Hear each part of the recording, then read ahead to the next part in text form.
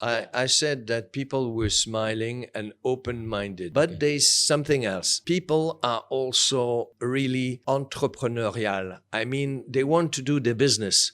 They want to earn their life. They want to be independent.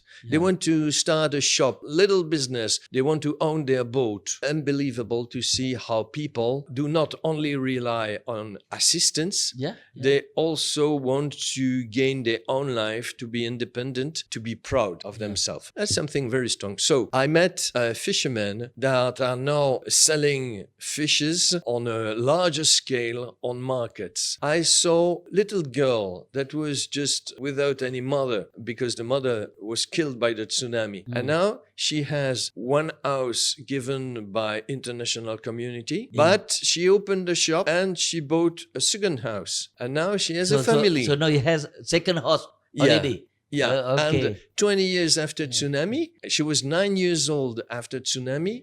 She is now the owner of a shop, 2 houses. She's married and she's the boss. I find it just good, you know?